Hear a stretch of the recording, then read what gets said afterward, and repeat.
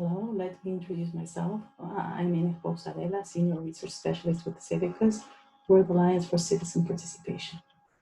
I would like to speak about the role played by civil society in responding to the pandemic. This has been a very difficult year, and if there was anything at all that was good about 2020, it was precisely civil society's response to the COVID-19 pandemic.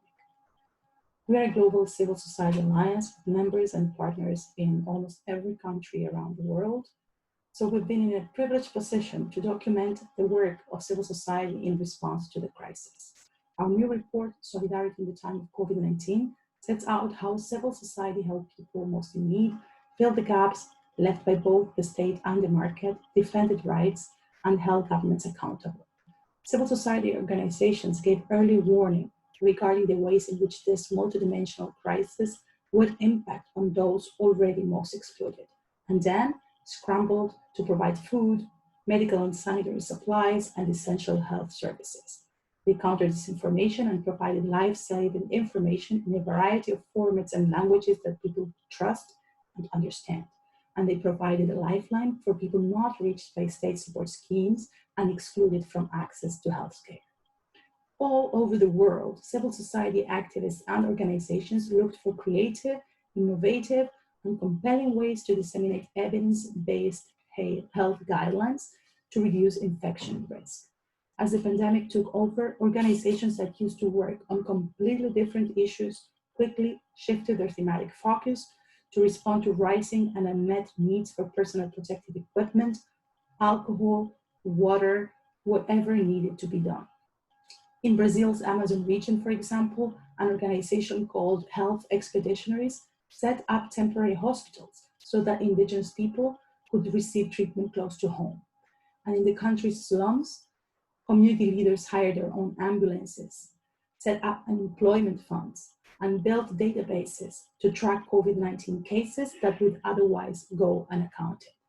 In Algeria, the Iraq protest movement reorganized to provide protective equipment to hospitals, as did Unidos por Ayudas Médicas in Venezuela.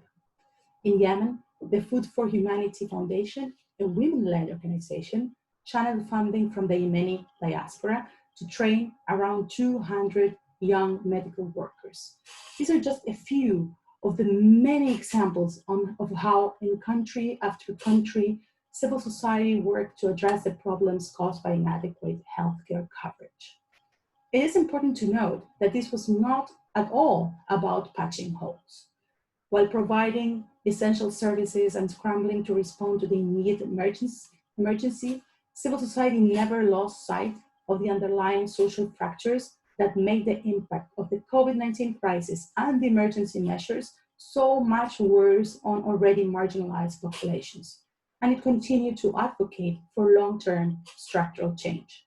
The pandemic exposed and deepened already existing cracks in all of our systems and provided a once-in-a-generation opportunity to build back better. Civil society highlighted the gaps in government provision of healthcare and social security and continued to advocate for government policies that cover everyone. The crisis has shown not just everyone has an individual right to healthcare, but also that societies are collectively stronger if all of its members are covered. We are only as strong as the weakest among us. So marginalized groups need to be prioritized for the sake of all of us.